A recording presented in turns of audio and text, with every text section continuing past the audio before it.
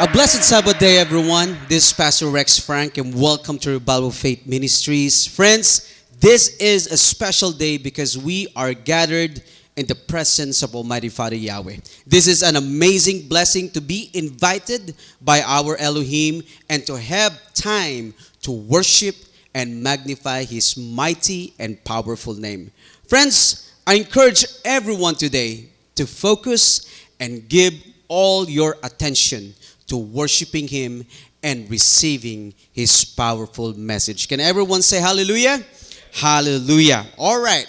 To start our message today, let us read our opening Bible passage in 2 Corinthians chapter 2, verses 14 to 15. And it says, "Now thanks be to Yahweh, who always causes us to triumph in Yeshua, and through us reveals the fragrance of His knowledge in every place. For we are to Yahweh a sweet fragrance of Yeshua among those who are saved and among those who perish." Kung babasahin naman natin mga kapatid sa Tagalog, ganito po ang pagkakasabi. Ngayon, salamat kay Yahweh. Palagi niya tayong pinagtatagumpay sa pamamagitan ni Yeshua. At sa pamamagitan natin, ipinakikilala niya sa bawat lugar ang kaalaman tungkol kay Yeshua. Tulad ng isang mabangong samyo, sapagkat tayo ay isang mabangong samyo ni Yeshua na kalugod-lugod kay Yahweh, kapwa sa mga naliligtas at sa mga napapahamak. Hallelujah. Friends, let us humble ourselves and pray before Almighty Father Yahweh as we receive His word today. Let us pray. Heavenly Father Yahweh, we come before you with thankful hearts for the gift of life, the blessing of your Sabbath day, and the privilege of gathering in your presence. Father, please open our hearts and minds today. Remove any distractions and help us focus completely on you. May your Spirit guide every word that is spoken and every truth that is received. Help us not only to hear your word today, Father, but to live it every single day. Once again, we thank you for all your amazing blessings to us, and we ask all these things in the name of your Son, our Savior, Yahshua Messiah. Hallelujah. Everyone say hallelujah. Hallelujah. Friends, our message today is entitled, Carry the Fragrance of Yeshua. Carry the Fragrance of Yeshua. Friends, when you hear the word fragrance, o kaya naman sa Tagalog, samyo or halimuyak, what comes to your mind? Ano po ba ang nasa isip ninyo? Well, most of us think of a sweet-smelling perfume. Iniisip natin yung amoy ng mabangong pabango. Some people think about sweet-smelling flowers. Tama po ba? May mga iba naman, kung ikaw ay food lover, you think about the wonderful aroma of freshly cooked food. Listen to this, my friends. A pleasant fragrance can change the entire atmosphere of a room. Kung mapapansin ninyo, when you enter a house, a place na mabango, it creates a positive impression. Gumagaan ang kalooban mo kapag, o kaya naman gumagaan ang pakiramdam mo kapag mabango yung paligid. Tama po ba?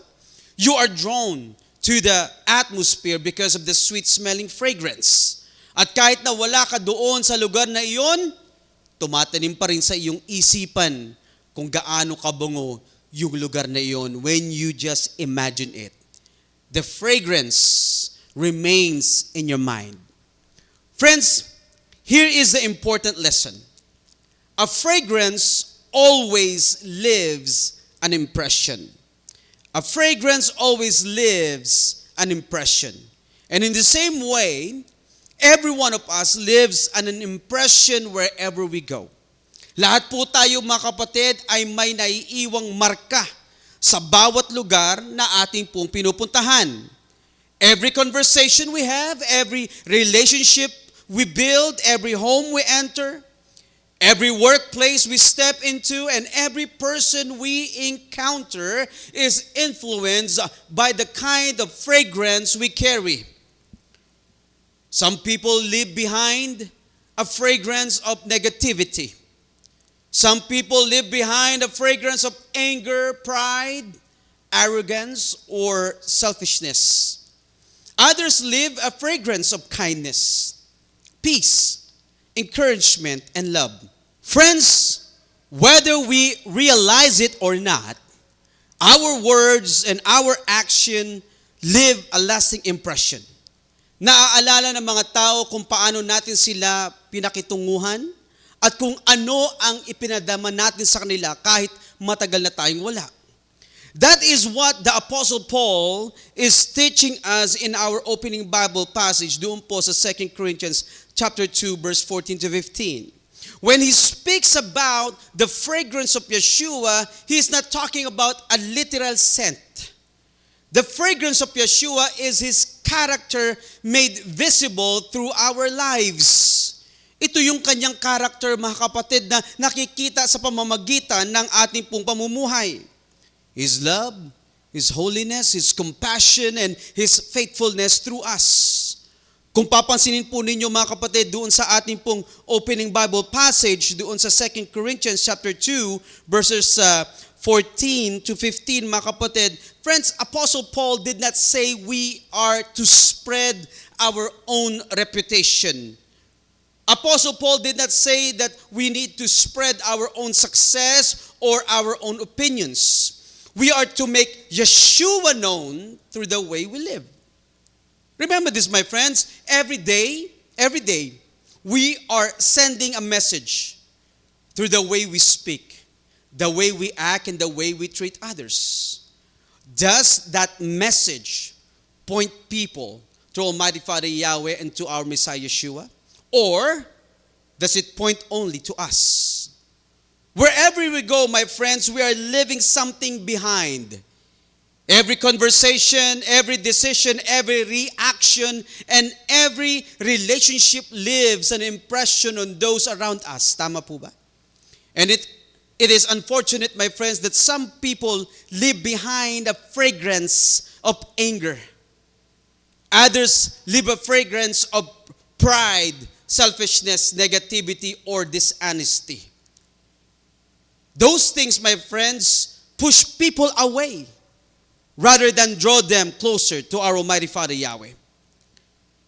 But as followers of our Messiah Yeshua, my friends, our lives should live a completely different fragrance. Ang ating buhay, mga kapatid, ay dapat mag-iwan ng halimuyak na nagpapakilala sa ating Messiah Yeshua at nagbibigay ng kaluwalhatian sa ating Amang Yahweh. Tama po ba?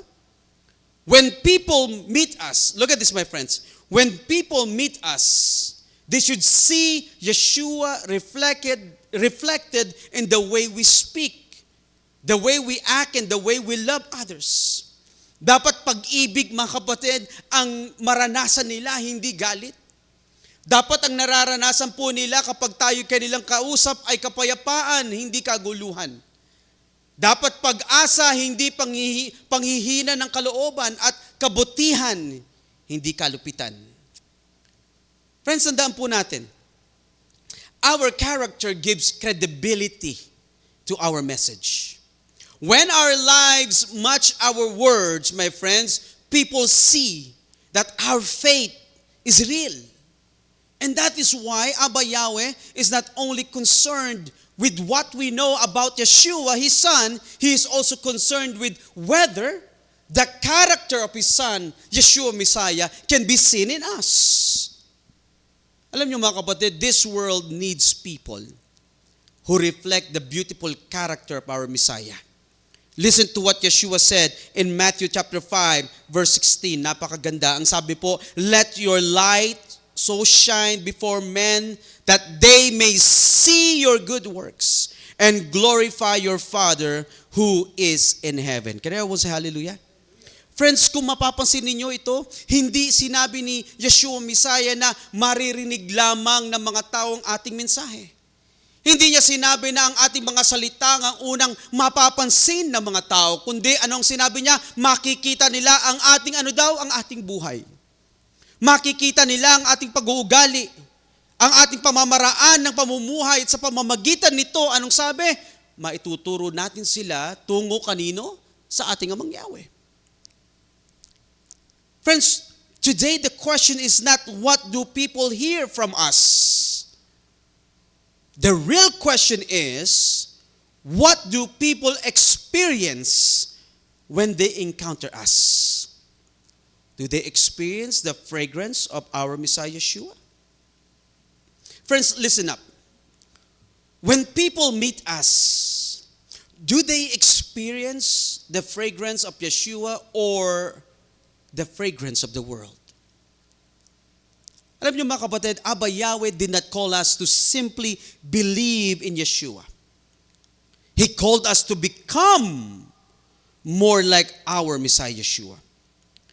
And every day, my friends, every day, His character, yung character po ng ating Messiah Yeshua should be seen sa ating pong panalita, sa ating attitude, sa ating mga desisyon araw-araw, and the way we treat other people. And whether we realize it or not, every day, we are living an impression sa mga taong nakapaligid po sa atin.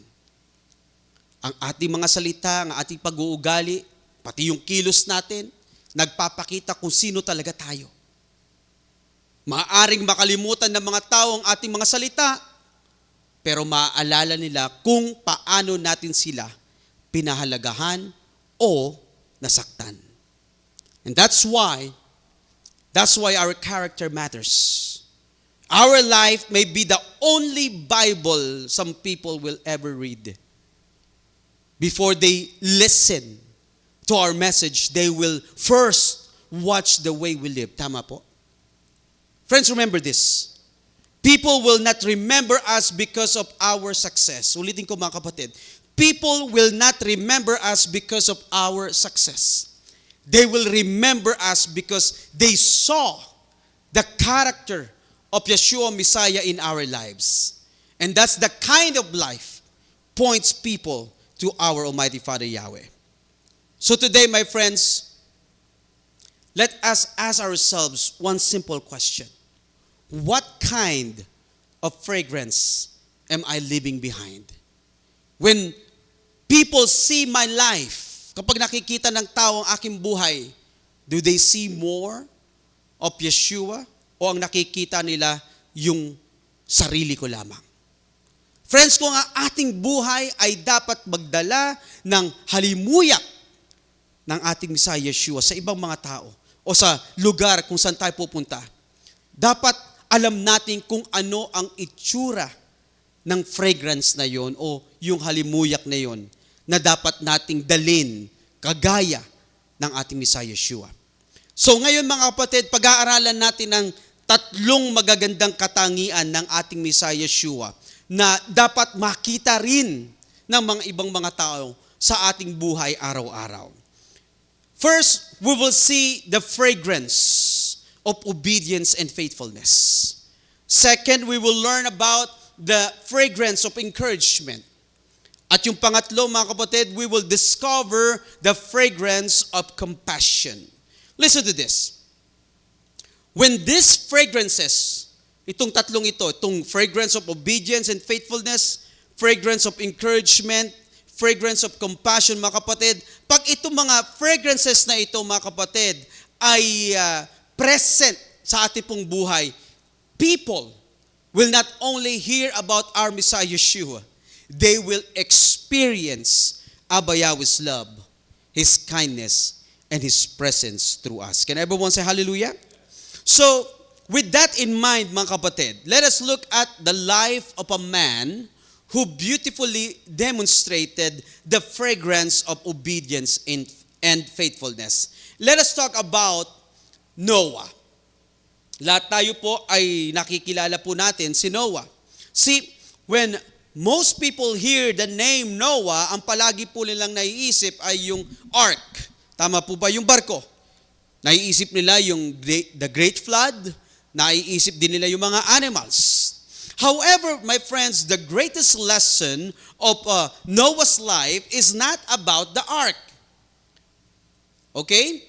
It is the size of his obedience and faithfulness to our Almighty Father Yahweh. Kaya nga mababasa po natin sa Genesis chapter 6, verse 9 ay ganito. And this is the story about him. Noah was the only person who lived right and obeyed Yahweh. Friends, the greatest achievement ni Noah was not building the ark. Okay? Noah's greatest achievement was not building the ark. Tandaan po natin yan.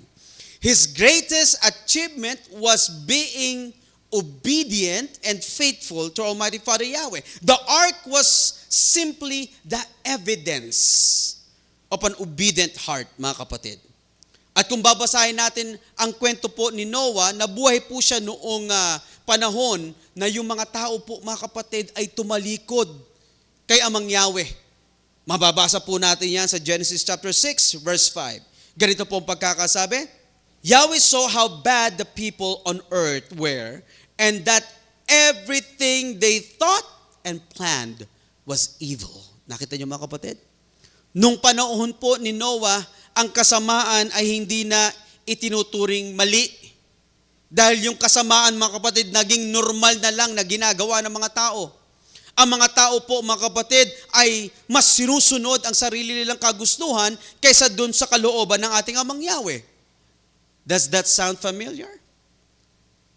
In many ways, our world today is not very different. Tama po? Many people today have rejected Abba Yahweh's truth and have chosen to live according to their own standards instead sa standard po ng ating Amang Yahweh.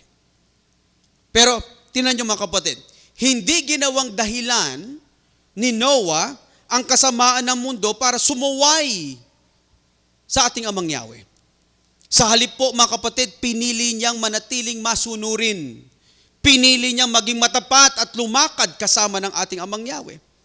At dahil dito, mga kapatid, ano po ang sabi ng ating Amang Yahweh sa kanya? Genesis chapter 6, verse 8, ganito po ang pagkakasabi. But as for Noah, Yahweh was happy about him. Friends, bakit natuwa si Amang Yahweh kay Noah?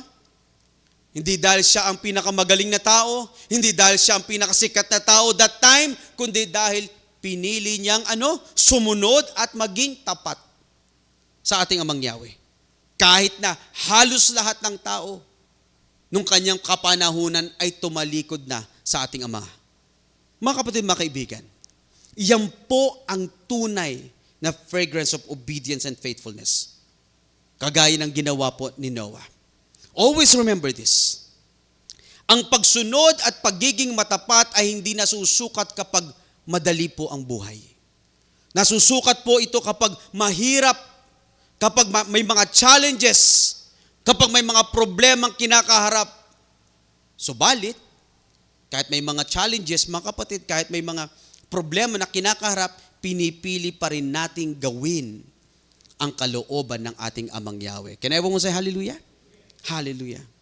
Friends, hindi po ginawa ni Noah na excuse ang kasamaan ng mundo para maging disobedient siya.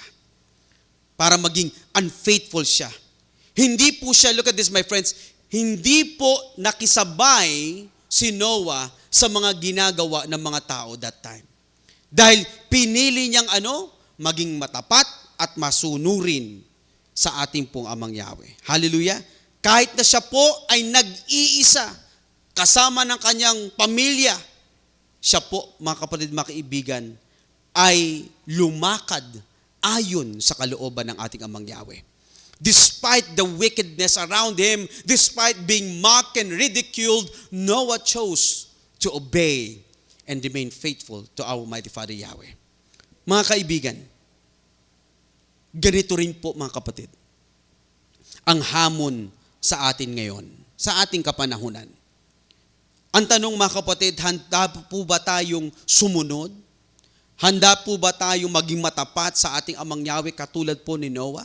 Kahit na may mga challenges sa ating buhay, kahit na may mga problema, kahit na may mga kahirapan sa ating pong buhay, handa po ba tayong maging matapat at masunurin sa ating Amang Yahweh?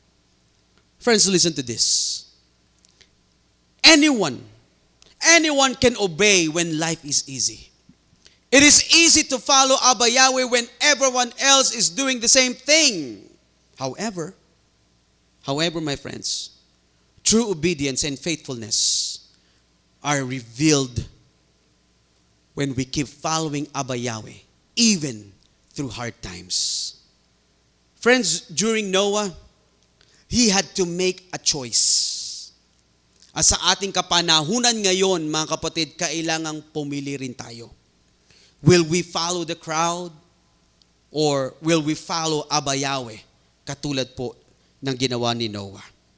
Friends, Noah did not wait. He did not wait for the people to change before he obeyed.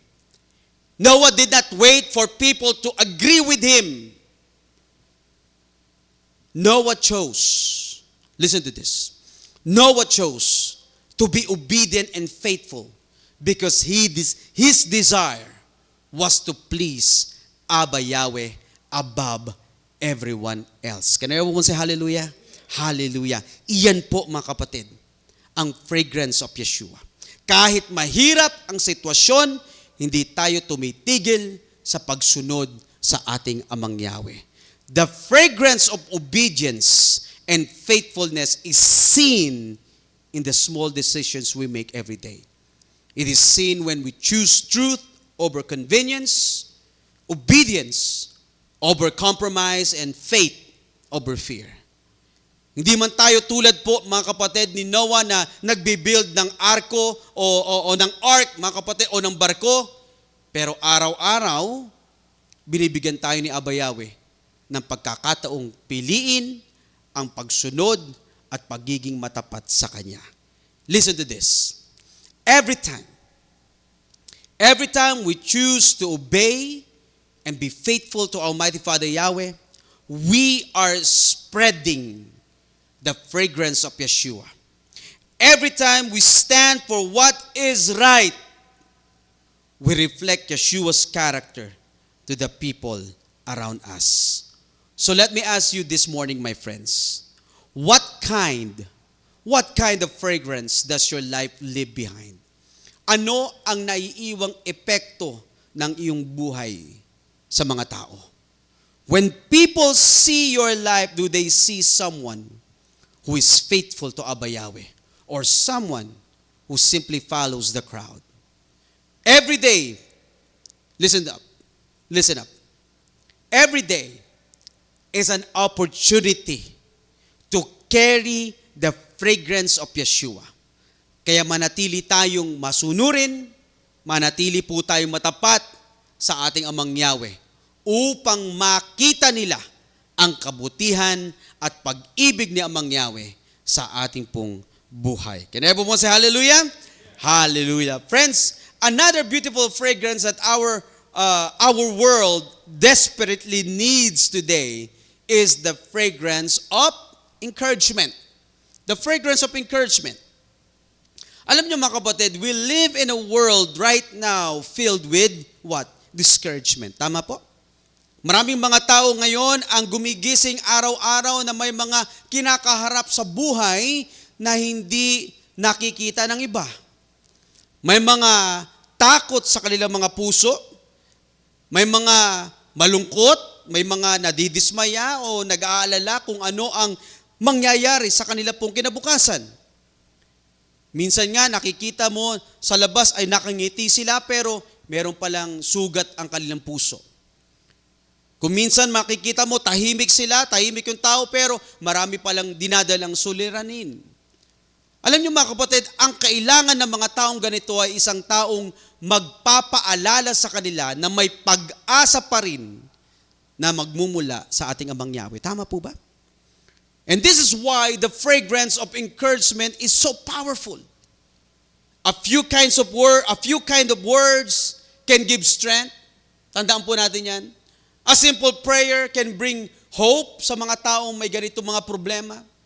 A small act of kindness can remind someone that Abba Yahweh has not forgotten them. Kaya nga napakaganda dun sa sinabi sa Hebrews chapter 10. Basahin po natin Hebrews chapter 10 verse 24. Ganito ang sabi, we should think about each other to see how we can encourage each other to show love and do good works. Hallelujah. Mga kapatid, mga kaibigan, ganito po ang buhay ng ating Messiah Yeshua. Because everywhere he went, he lifted up and encouraged people. Yeshua strengthened the weak. Yeshua comforted the brokenhearted. He welcomed the rejected. And our Messiah Yeshua gave hope to those who thought they had none. Friends, if we want to live like our Messiah Yeshua, our words should give hope, not discouragement. Tandaan po natin yan. Our presence, yung presence natin should bring peace sa ibang mga tao, not conflict or tension. Dapat sa tuwing makakasalamuha tayo ng mga tao, mga kapatid, mas napapalapit sila sa ating Amang Yahweh. Tuwing makakasalamuha tayo ng tao, mga kapatid, dapat mas nagkakaroon sila ng tiwala sa ating Amang Yahweh at hindi po sila napapalayo sa ating Ama. Tama po ba? Mga kaibigan, isa sa pinakamagandang halimbawa, listen to this, isa sa mga pinakamagandang halimbawa ng encouragement sa Bible ay ang story po ni Barnabas. Si Barnabas po, mga kapatid, hindi man siya popular katulad ni Apostle Peter or Apostle Paul, pero isa naman siya sa mga taong pinakamalaki ang naitulong sa mga mananampalataya. Alam niyo mga kapatid, si Barnabas, ang kanyang tunay na pangalan ay Joseph. Okay? His real name is Joseph. Pero binigyan siya ng apostol ng pangalang Barnabas na ang ibig sabihin po mga kapatid, son of encouragement. Ganito ang sabi sa Acts chapter 4, verse 36. One of the believers was named Joseph. The apostles called him Barnabas, a name that means one who encourages others. Napakaganda, di ba? He was a Levite born in Cyprus. So, just think about this, my friends. Hindi po nakilala si Barnabas dahil sa kanyang posisyon. Hindi po nakilala si Barnabas dahil sa kanyang kayamanan. Saan po siya nakilala? Nakilala siya dahil sa pagpapalakas ng loob ng mga tao. Barnabas was known as a man who encouraged others. When people met Barnabas, my friends, they were encouraged. Napakaganda, di ba? He had the fragrance of lifting people up instead of putting them down. Basahin po natin ang isang example sa Acts chapter 11, verse 23 to 24. Barnabas was a good man, full of the Holy Spirit and full of faith. When he reached Antioch and saw how Yahweh had blessed the people, he was glad. He encouraged, look at this, ano sabi? He encouraged all the believers in Antioch always to obey Yahweh with all their hearts, and many people became followers of Yeshua. Can everyone say hallelujah? Hallelujah. Mapapansin po ninyo mga kapatid, na saan man siya pumunta, si Barnabas po mga kapatid, hindi siya naghahanap ng kamalian ng mga tao. Ang hinahanap niya ay kung paano niya sila mapapalakas, mapapatatag, at mapapalapit kanino? Sa ating pong Amang Yahweh. Mga kapatid, mga kaibigan, ganito rin ang dapat na fragrance ng ating buong buhay. Ang mga salita natin ay dapat nagpapalakas ng kalooban ng ibang mga tao. Ang ating presensya, mga kapatid, mga kaibigan, ay dapat na magbibigay ng pag-asa. Ang ating pamumuhay, mga kapatid, ay dapat naglalapit sa mga tao kay Amang Yahweh. Look at this, my friends. Everywhere Barnabas went, he left a fragrance of encouragement. He strengthened those who were weak. He encouraged those who were discouraged. And he helped believers remain faithful to Abba Yahweh. Isipin po ninyo mga kapatid. Just imagine this. Imagine this kung paano kung ganito rin ang sabihin ng mga tao sa atin, no? Tungkol sa atin. Yung kapag yung mga tao, nandoon tayo, sinasabi ng mga tao, kapag kasama ko siya, mas lumalakas ang pananampalataya ko. Kapag kasama ko siya, mas nagkakaroon ako ng pag-asa. Pag kasama ko siya, mas napapalapit ako kay Abba Yahweh. Napakagandang pakinggan. Kung ganyan po mga kapatid, ang sinasabi ng ibang mga tao tungkol sa atin. Tama po ba? Friends, Barnabas shows us that encouragement is more than words. It is choosing to lift people up and not bring them down. Remember that every person we meet is fighting a battle we may never see. Some are struggling in their marriage. Some are worried about their children. Some are carrying financial burdens. Yung iba mayroong health concerns. Yung iba naman mayroong mga disappointments sa kanila pong mga buhay. And that's why our words should bring hope. Alam niyo mga kapatid, as simple na sabihin mo sa tao, I'm praying for you, or Abba Yahweh has not forgotten you, maybe exactly what they need to hear. The world already has enough negativity. Tandaan po natin yan. Ang mundong ito, napakarami ng mga negative na tao. What it needs right now are believers who bring hope, peace, and encouragement. Ano po ang sabi sa Ephesians chapter 4, verse 29? When you talk, don't say anything bad, but say the good things that people need. Whatever will help them grow stronger, then what you say will be a blessing to those who hear you. Can everyone say hallelujah? Friends, ang bawat salita na binibigkas natin ay mayroong pong kapangyarihan. Tandaan po natin yan. Maaari itong magpalakas ng kalooban ng tao or maaari itong magpahina ng kalooban nila. Ang ating mga salita, mga kapatid, ay maaaring magbigay ng pag-asa o kaya naman magdulot ng sakit ng kalooban. And that's why I encourage everyone today, piliin natin na ang mga salita natin, mga kapatid, ay laging nagbibigay ng blessings at encouragement sa mga taong nakapaligid sa atin. Friends, encourage everyone, saan man kayo pumunta. Mag-iwan tayo ng fragrance of encouragement na ang mga taong makakasama natin ay magkakaroon ng pag-asa at pananampalataya sa ating Amang Yahweh. Can everyone say hallelujah? Hallelujah. All right. The third fragrance of Yeshua na ating pag-uusapan ay which is kailangan ng mundo ngayon ay ang fragrance of compassion. Fragrance of compassion. This is the fragrance that moves beyond words, my friends. It is a fragrance that takes action.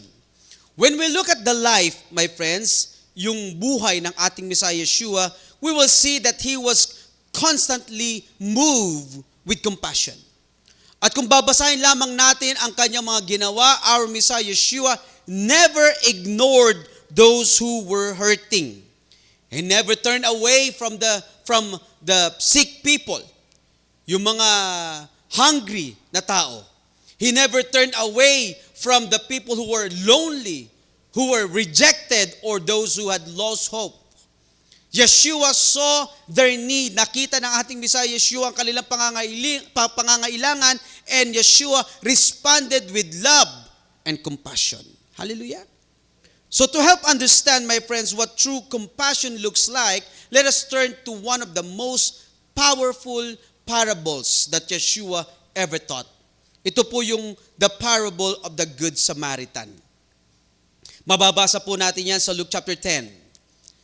Friends, alam po natin yung kwentong ito, di ba? Most of us know this story. May isang lalaki na pinagnakawan, siya po ay binugbog at iniwanang halos patay na sa tabi ng daan. He was helpless and he could not save himself. Sinabi ni Yeshua, mga kapatid, na may dumaan. Ang unang dumaan ay isang pari o priest. Nakita niya yung lalaki na nakahandusay pero pinili niyang ipagpatuloy ang kanyang lakad.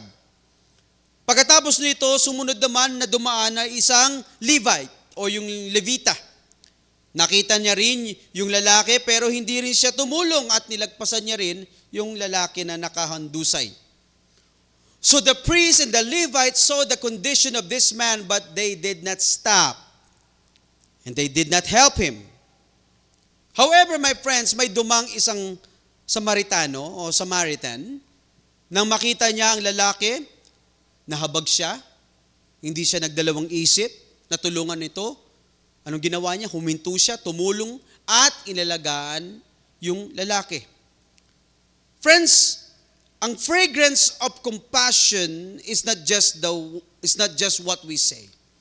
It is what we do. Kapag nagmamahal tayo, nagmamalasakit tayo, doon nakikita ang karakter at ang buhay ng ating Messiah Yeshua. Tama po? So let me ask everyone right now. Sa tingin po ninyo mga kapatid, ano ang pagkakaiba ng sympathy at compassion? Meron po bang pagkakaiba ang sympathy at compassion? Ano po ang pagkakaiba ng pagkaawa at pagmamalasakit? Alam niyo mga kapatid, ang sympathy ay nakakaramdam ng awa. Okay? Yan po ang sympathy, nararamdaman mo, naaawa ka dun sa tao. Pero ang compassion mga kapatid, hindi lang ito nakakaramdam. Ang compassion po mga kapatid, kumikilos ito para tumulong.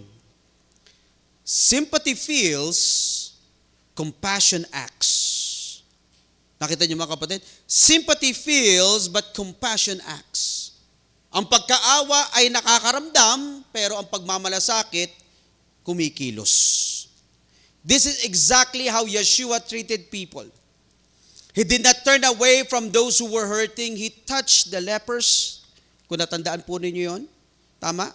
He healed the sick. He fed the hungry. Diba? May mga kwentong ganyan, nakita natin yan. Kung babasahin nyo ang buhay ng ating Messiah Yeshua, nagpakain siya ng mga tao. He comforted the brokenhearted and He welcomed those who had been rejected. Friends, ang fragrance of compassion ay nakikita kapag hindi natin nilalampasan ang mga taong tunay na nangangailangan sa atin. Tandaan po natin, araw-araw, my friends, may mga taong inilalagay ni Amang Yahweh sa ating daan na tunay na nangangailangan ng ating pagmamahal, pagmamalasakit, at pagtulong. So let us ask ourselves this very important question. When people are hurting, do we walk past them? Nilalagpasan lang po ba natin yung mga taong tunay na nangangailangan? Or do we stop to help? Do people experience the compassion of Yeshua through our lives? Nararamdaman po ba nila? O nakikita po ba nila yan? Let us now read the powerful words of our Messiah Yeshua as He concluded the story of the Good Samaritan. Ito po ang sabi niya, Luke chapter 10, verse 36 to 37. Then Yeshua said, which one of these three men do you think was really a neighbor to the man who was hurt by the robbers? The teacher of the law answered, the one who helped him. Yeshua said, then you go and do the same. Friends, Yeshua did not just tell us to admire the Good Samaritan. He told us to follow His example. And every day we have an opportunity, my friends, to show the same compassion to the people Abba Yahweh places in our way. And I hope and pray mga kapatid na tayong lahat mga kapatid, ay naipapakita natin ang fragrance of compassion saan man tayo pumunta upang makita nila ang pag-ibig, habag at pagmamalasakit ng ating Amang Yahweh sa ating pong buhay. Friends, as we look back at the lives of Noah, Barnabas, and the parable of the Good Samaritan, we begin to see a beautiful picture emerging. Ano po iyon mga kapatid? Today, natutuhan natin ang tatlong fragrance ng ating Messiah Yeshua. Ang fragrance of obedience and faithfulness, fragrance of encouragement, and fragrance of compassion. Ang lahat ng mga katangiang ito ay ganap at tunay nating makikita lamang kanino sa ating Messiah Yeshua. Kaya siya ang ating pinakamagandang example. Si Yeshua, mga kapatid, ang pinakamagandang halimbawa at dapat nating tularan araw-araw.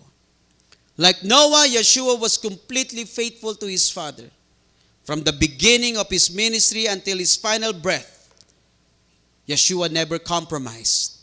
Yeshua never turned back and never chose his own will over the will of Abba Yahweh. Like Barnabas, Yeshua was the greatest encourager the world has ever known. He restored the weary, he welcomed the rejected, forgave the sinful, and gave hope to those who thought their lives could never change. And like the Good Samaritan, our Messiah Yeshua was moved with compassion. He did not pass us by when we were broken by sin. Friends, our Messiah Yeshua paid a price that we could never pay. Through his sacrifice, he offered us forgiveness. He gave us new life and the hope of eternal salvation. Friends, every day is an opportunity to make Abba Yahweh known by carrying the fragrance of our Messiah Yeshua. And I pray that our lives give off the beautiful fragrance of faithfulness, encouragement, and compassion, so that when people encounter us, they will encounter the character of Yeshua. Can everyone say hallelujah? Hallelujah. As our closing passage, let us read Colossians chapter 3, verse 12 to 14. Ganito po ang pagkakasabi. Yahweh has chosen you and made you His holy people. He loves you, so your new life should be like this.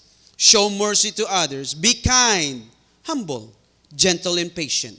Don't be angry with each other, but forgive each other. If you feel someone has wronged you, forgive them. Forgive others, because Yahweh forgave you.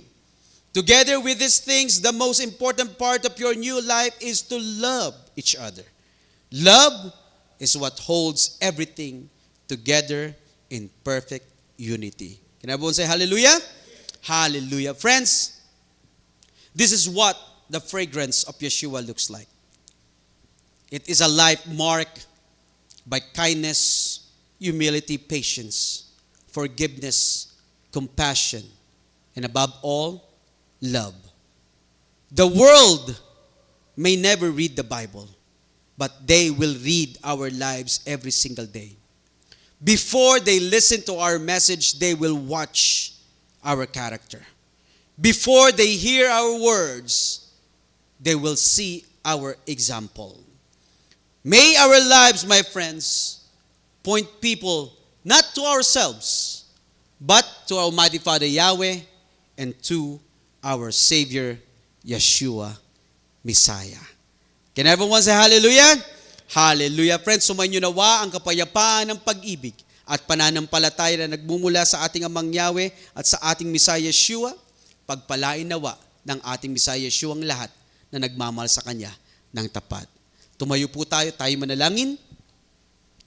Almighty Father Yahweh, we thank you for the example of faithful men like Noah and encouraging servants like Barnabas. And more importantly, thank you for the perfect example of our Messiah Yeshua, whose life reflected your love, your holiness, your mercy, and truth.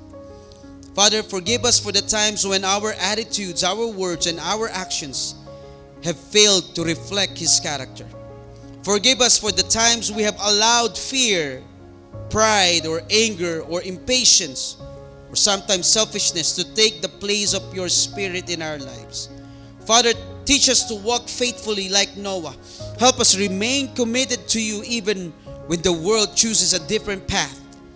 Strengthen us to obey you when obedience is difficult and to stand firm when compromise seems easier. Father, teach us to encourage others like Barnabas. Help us become sources of hope, strength, comfort, encouragement to those around us. May our words bring healing rather than hurt. And may our actions build people up rather than tear them down. Above all, Father Yahweh, help us reflect the character of our Messiah Yeshua every day. Let His love be seen in our relationships. Let His humility be seen in our attitude. And let His holiness be seen in our choices. Let His compassion be seen in our actions. Once again, Father Yahweh, we thank You for all the wonderful and amazing blessings that You have given us. We honor You and we give You all glory and praise. And we ask all these things through the name of Your Son, our Savior, Yahshua Messiah. Hallelujah, hallelujah. Friends, let's go ahead and raise our hands and receive the blessings from Almighty Father Yahweh. Yavareka ka Yahweh viishmereka, Yair Yahweh panaveleka vikunika, Yesa Yahweh panaveleka visem leka shalom. May Yahweh bless you and keep you. May Yahweh make shine His face on you, be gracious to you. May Yahweh lift up His face unto you and give you peace. Happy Sabbath, everyone. Hallelujah.